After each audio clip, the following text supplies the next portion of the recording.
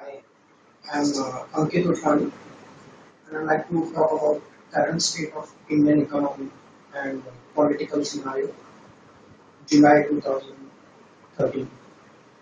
The agenda is I would like to talk about inflation, current account deficit, fiscal deficit, depreciating Indian rupee, and GDP growth. Inflation. Inflation as measured by wholesale price index has come down to 4.86% for the month of June 2013. For May, it was 4.7% increase year-on-year basis. Though the inflation has come below 5%, the core inflation is below 3%, but still the food and fuel inflation, the consumer price index, house in two digits. So major concern, big reason to worry. Fuel inflation can be due to the global rising crude prices. That's why the fuel inflation could be increasing. But food inflation, when it comes, it's very difficult to guess why food inflation is increasing. Because India has been a major grower of food grains. There has been a record production of food grains year on year. India is producing, agriculture sector is producing millions of metric of tons of food grains, millions of tons of rice, wheat, other cereals, and many other food grains are getting rotten in godowns just because we don't have proper storage capacity, we don't have proper infrastructure. So it's more of a supply side phenomenon, inflation when it comes into money. There are many steps taken to keep inflation in control, like when the inflation was increasing, the wholesale price index was somewhere around 9%. Reserve Bank of India had reduced interest rates 13 consecutive times to keep inflation in check. But just reducing interest rates or just keeping the tight monetary policy or keeping the money supply in check won't help to keep inflation in check because there's more of a supply side phenomenon. The aggregate supply is reducing. So what are the steps being taken to address that for inflation? When it comes to the infrastructure, it has a poor infrastructure. The storage capacity is very bad. The distribution system is very poor when it comes to a country like India. So there has been, the government of India has allowed FDI, has allowed foreign direct investment in retail sector. In last year, September 2012, the UPA government was at stake. Still, the FDI was allowed in retail. But still today, none of the investors have come in to set up a retail store in India. But how that could help to address the problems that India faces when it comes to food inflation? Walmart setting up a store, a retail giant in India, how would it address our concerns? How would it help to improve our storage capacity? How would it address our problems of distribution system? Walmart has been a US-based company, a retail giant globally, has not helped US farmers, has not helped US agriculture sector. That's why the US government has to provide subsidy to US farmers. 3% of the US population depends on agriculture. Still the US government has to do. So it raises a very big question. How helpful will be this foreign players help to address our concerns when it comes to this? So inflation is definitely a big reason to worry. Again, the inflation that is caused, there is more money chasing few goods. So when we say more money, the money supply is increasing globally. That is, there is easing monetary policy adopted by the central banks in the developed world. It is quantitative easing by Federal Reserve in the US. It is LTR, that is long-term refinancing option by ECB, European Commercial Bank. Then Bank of Japan has a target of to have an inflation of 2%. US, the Federal Reserve This is the third round of quantitative easing. The primary mandate is to bring down the unemployment rate. During the subprime mortgage crisis in 2008, the US economy lost 90 lakh jobs. Till now, with the help of three quantitative easing, they are able to create 69 lakh jobs. Still, they are very far from how much they lost. 29 lakh is the gap. Still, so imagine, still long way to go. Right? With the help of that quantitative easing, the hot money that is flowing, that is which helps with more money, which is in favors. And that money is flowing into emerging economies like India, China, Brazil, and hence inflation has increased. That's the big reason. With that quantitative easing, the Federal Reserve balance sheet has increased from few $100 billion to trillions of dollars. European Commercial Bank, they have kept interest rates at record low. Federal Reserve has kept it at record low interest rates. Their main concern in Europe is to have the Euro Union. There are countries, the peripheral countries in Europe, Greece, Portugal, Italy, Spain, Ireland, which have a huge debt as compared to their GDP. So to keep that, there are easy monetary policy adopted by ECB, and that is what increasing that hot money is finding its way in countries like India. Probably more money chasing fuels, inflation increase. Again, in Japan, the new Prime Minister Shinzo Abe has a target of 2% inflation. There are steps being taken to bring the Japanese economy out of deflation. The Japanese economy has been in deflation since last 3 decades. Easy monetary policy also adopted. So that easy monetary policy leads to printing of dollars, euros, pounds, and yen. That money is flowing in, and the inflation is increasing in the emerging economies. Inflation is a big reason to worry. Second is current account deficit. Current account deficit is excess of imports than export. India has been a major importer of gold. The two commodities which are on the topmost list of the import bills are crude oil and gold.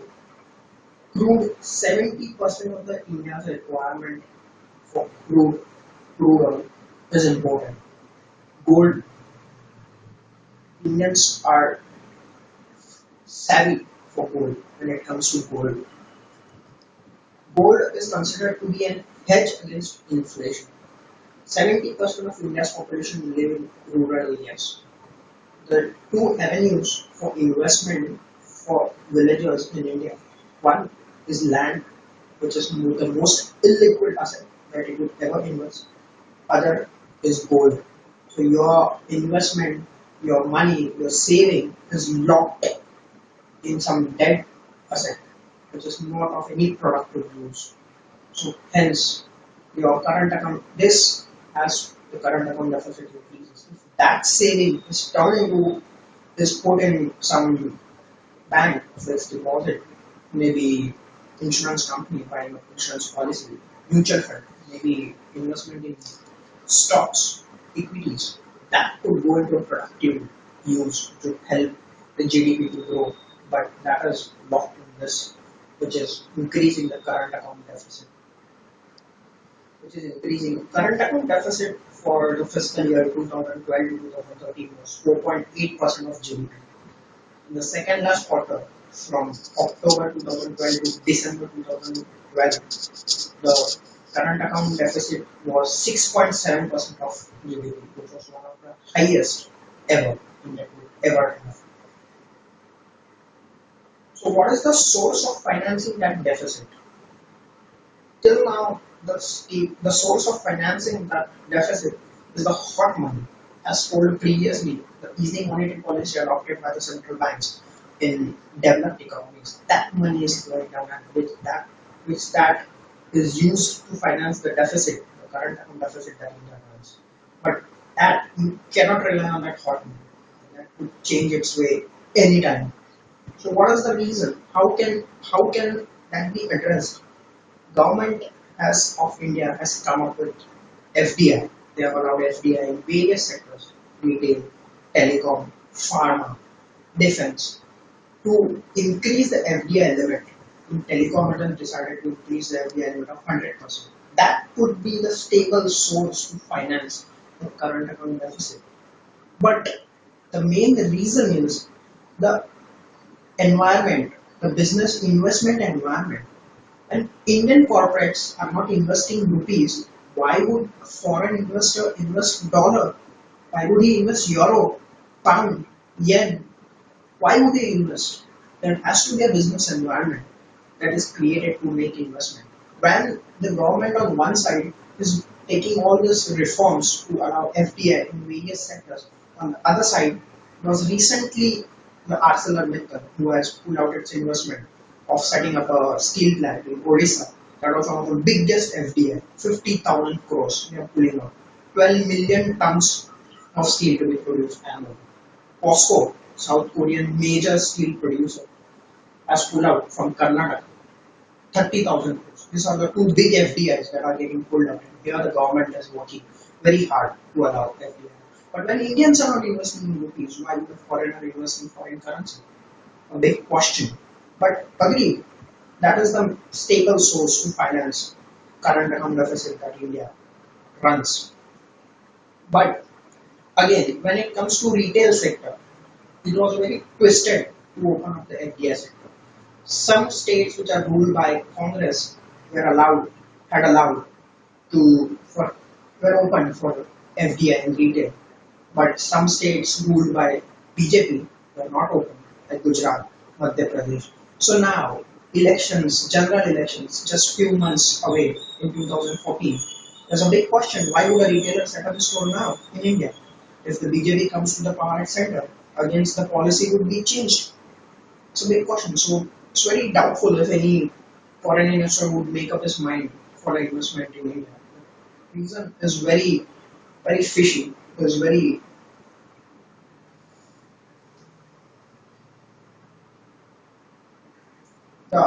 our finance ministry has made some concerns for gold imports. They have increased import duty from 2% to 8%. Still, the gold is getting imported.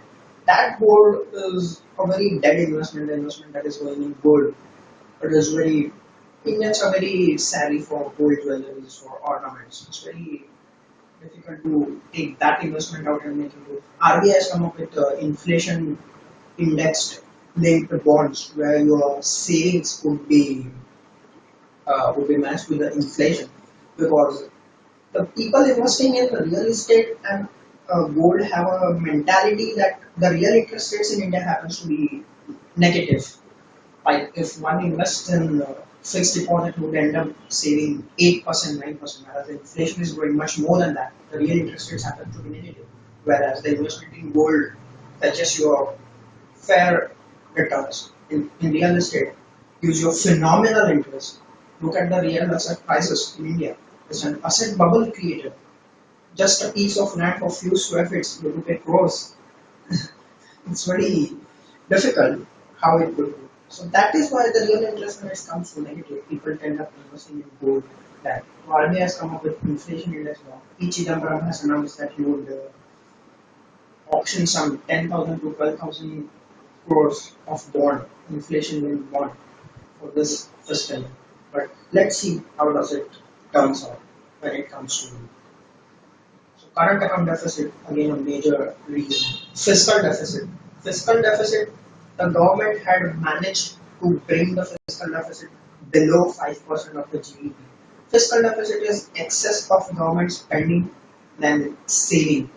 So government ends up spending more on welfare schemes, like previously in 2009 when there were elections, general elections in India, there was Manrega, that is National Rural Employment Guarantee Scheme. A villager would be given employment for 100 days in a year. For that, government was spending. But that again, there's now election year next year, so it's the food security bill.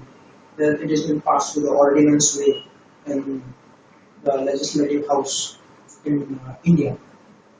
But thus this welfare schemes, these are increasing government bills, whereas the revenues, the industrialists are not setting up, are making any investments. Why would they end up paying more tax? Tax is the major source of revenue for government. It's not increasing at the rate they have budgeted, whereas their expenses are increasing. Fiscal deficit is increasing again. It was nearly less than 5% of that. Another big reason for today is the depreciating Indian rupee. Indian rupee is depreciating, is one of the worst performer among the emerging market currencies.